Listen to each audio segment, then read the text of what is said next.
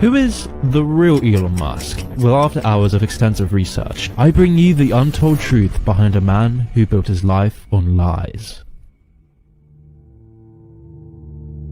The story begins in Pretoria, South Africa, 1970. The Musk family was extremely wealthy, with Elon's dad, Errol Musk, owning half of the shares of an emerald mine. He later recalled in an interview on Elon's childhood that the family was, quote, very wealthy.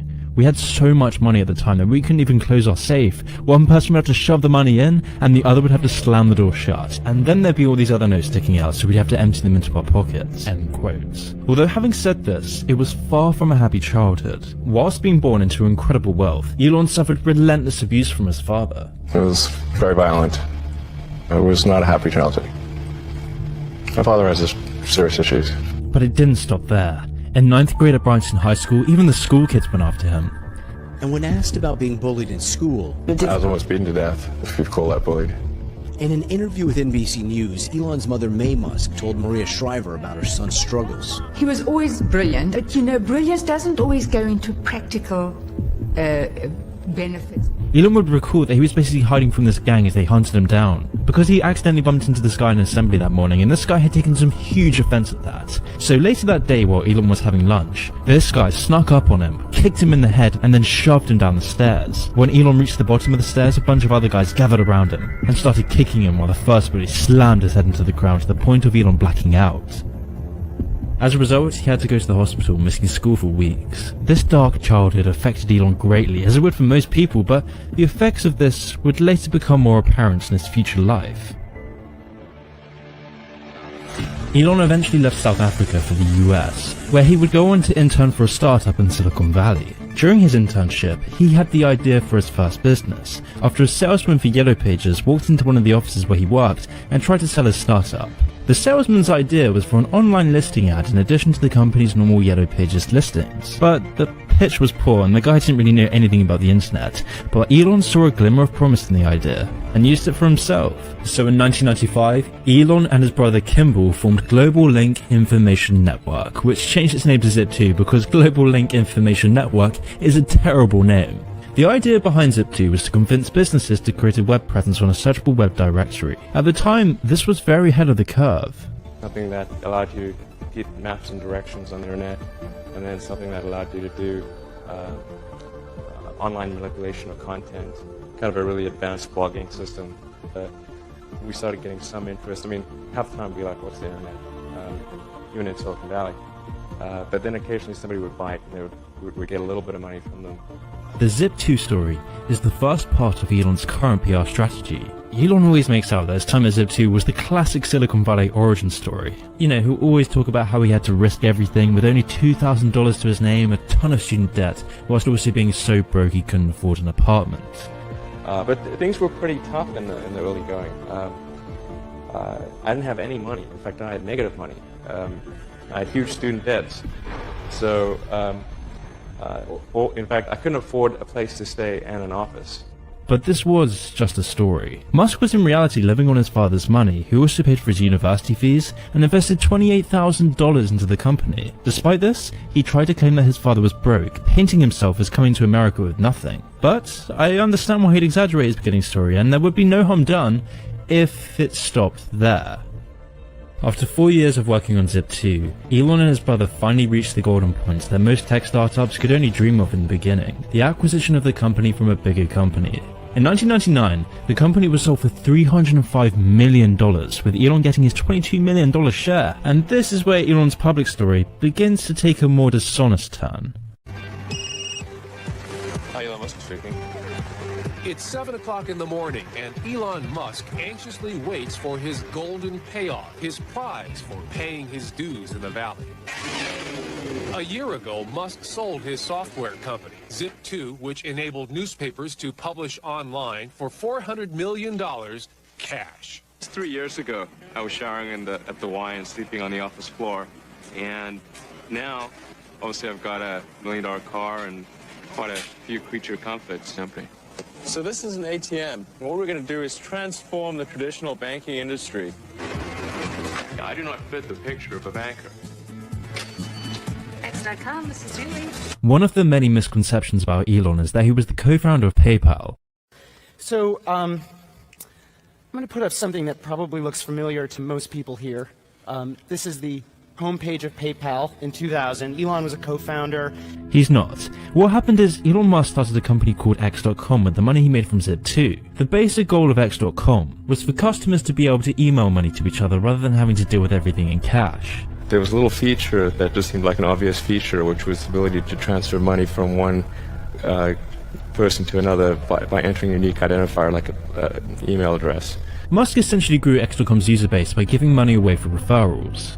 Until the business was eventually bought by X.com's competitor Coinfinity. This was primarily because X.com had some important paperwork for financial regulation that was pushed through earlier. However, in his time running X.com, he was reported to be a terrible manager. X.com was losing a lot of money, and important talent was getting so fed up with this micromanagement that they were leaving rapidly. The rest of the employees eventually got so fed up, they enacted a coup to get rid of him. Although, when X.com merged with PayPal, Musk re-emerged, becoming CEO once again.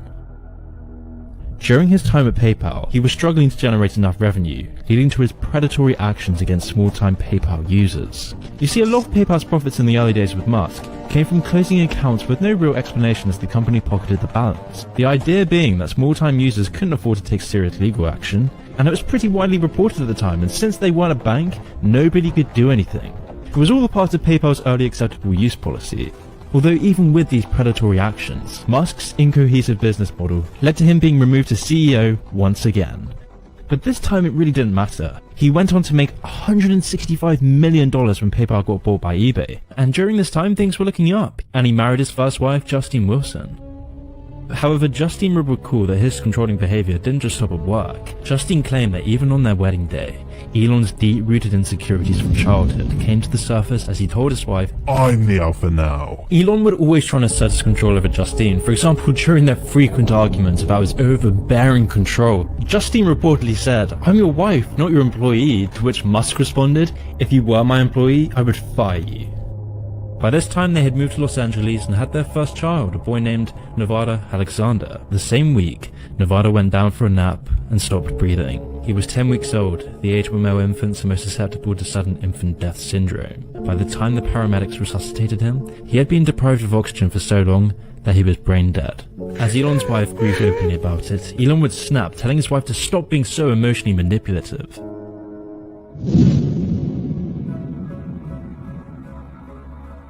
After getting fired from PayPal, Elon began crafting a persona and fake story. He'd seen the success this had brought Nike and Apple, so he would take it one step further, using his media presence as an advertisement for his products. And he employed this ruthlessly, fabricating and straight up lying about who he is and how he got to where he is. So far I've shown you just some of the exaggerations and unflattering truths behind his origins, but it was in 2004, as Elon joined Tesla, where we can start to see just how much dishonesty there is behind Elon Musk.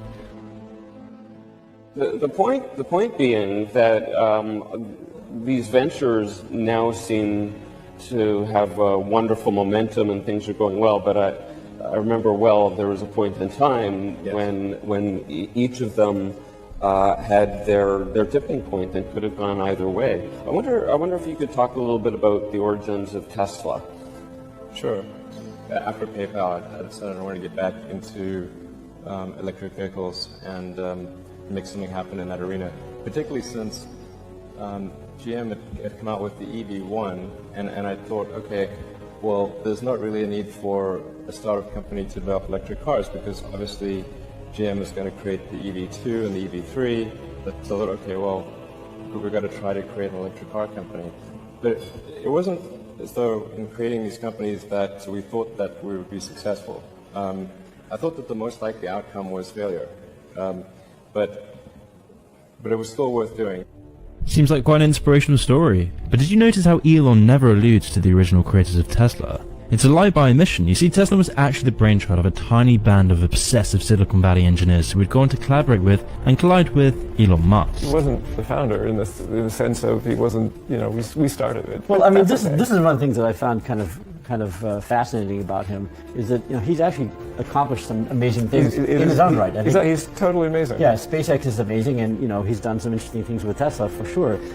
I'm not sure why he has to also say that he was a founder when he wasn't. I don't understand that. Their vision was for transport to use energy that was better for the environment. So they approached Elon, and after hours of convincing, he invested $6 million into the company. And Musk invested $6.35 million of his own money in the Series A round to help get Tesla Motors off the ground and became chairman of the board. But at this point, Musk had nowhere near the cult following yesterday, and was still finding his footing as a public figure. Because of this, Musk was seen as just another boring investor. As Tesla launched their first car, the spotlight expectedly landed on the co-founders and CEO of the company. In a Times article detailing Tesla's launch, Musk's name wasn't mentioned because, well, he wasn't the guy running it.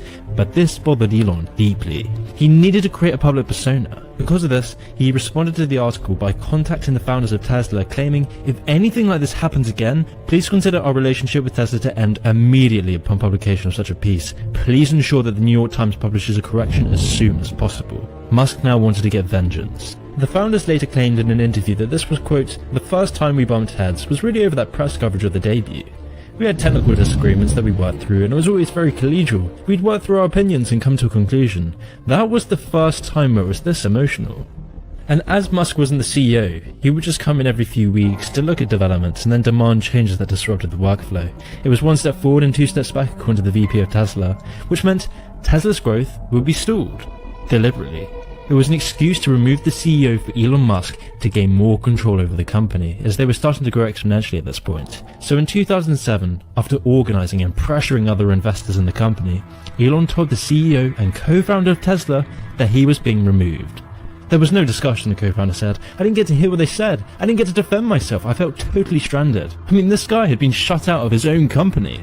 And after a series of court battles, Elon Musk managed to kick the original founders out. They settled out of court, and Elon was now legally allowed to call himself the co-founder of Tesla. Can you longer be part of Tesla? No. Is there anything you can say about why you left? No. Well, you know, I was voted off the island, and in a rather rude way, and it wound up with some lawsuits and some settlements, and you know, it's history now. Yeah, so I can't say a lot about it. Musk was now running the show, going on to make Tesla one of the highest valued car companies in the world. But have you ever wondered how? How is it that a company selling thousands of cars a year is now valued more than all the other car companies that sell millions of units? I mean, the easiest thing in the world is to get a bunch of smart engineers to design a really cool car. The hardest thing in the world is to build hundreds of thousands of them profitably, you know, and distribute them profitably and service them profitably and adequately. That's sort of the moat that these other car companies have. I mean, Porsche is coming out with a tremendous electric car in a few months. You know, Audi has a whole series of electric cars coming out. The first one is out already. Even Jaguar, in your home country, has a terrific electric car out in the I-Pace, and the next XJ sedan is going to be electric. And these guys all know how to build cars. Well, this is where Elon Musk's PR work has worked wonders. See, he'd pitched Tesla like he did with X.com with his larger-than-life picture. He'd used the media to make people believe in his products as being at the forefront of innovation, giving his products fancy looks, telling every interviewer he could about his bootstrap origin story, working 120-hour work weeks, creating all these products as a result of his genius innovation. When you buy into the story, you start to buy into the products. You feel as though if you get that Tesla, you'll be making a change in the world. And, you know, Tesla has $10-11 billion of debt, you know, tens of billions of purchase obligations to Panasonic and you know, all kinds of other liabilities out there. You know, there's the wild card of Elon Musk. The man is a pathological liar. He cannot deny having committed securities fraud here in the U.S. with that false buyout. Any other CEO would have been fired by his board in 2 hours for that nonsense.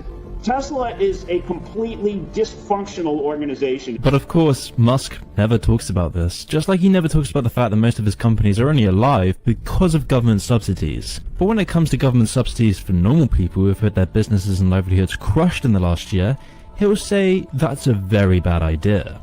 In fact, it was these subsidies that have led to Tesla being currently sued by both Germany and Canada for subsidy fraud. And Musk's dishonesty doesn't even stop there. Musk has defrauded Tesla investors billions of dollars, not to mention all the other countless personal lawsuits. If you look at what some of the things that Musk has promised over the years, in 2013 he said they were going to be producing the Model X by 2014. We look back 2015, 16, 17, 18. Each one of those years they put out releases saying they're going to ramp their Gigafactory. They're going to break ground on the Gigafactory in China. Still hasn't happened. They said they were going to do 100,000 to 200,000 Model 3s in the back half of 17. They did less than 2,000. So I think what Tesla does and what Musk does is he puts out these targets, these claims for investors to be happy about in the future, and thus give him money to fund current losses, and then he misses them. And this has happened. We've counted over 115 mistruths, and the board continues to let him put out these tweets, etc. So I think the board is respected. I don't think they understand the auto industry, and I think he has very little to no oversight, and I think that's a problem. So why is this stuff not common knowledge?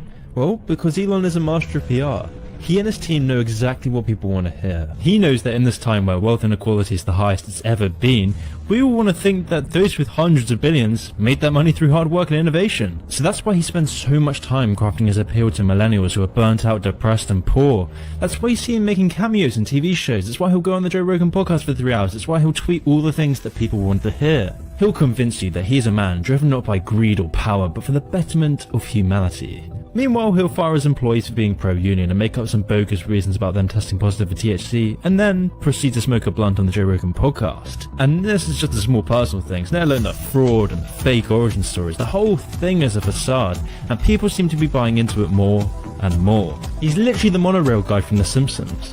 Cloud, is there a chance the track could bend?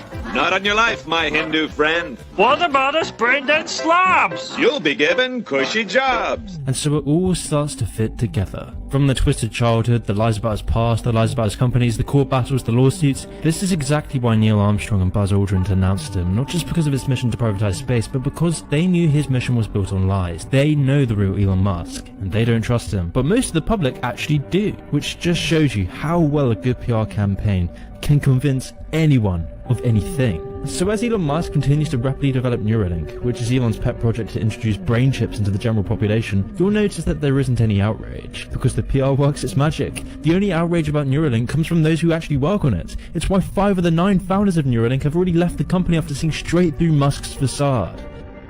Which brings up the thought that maybe this man really wasn't all he was hyped up to be. Maybe this man isn't the real-life Tony Stark.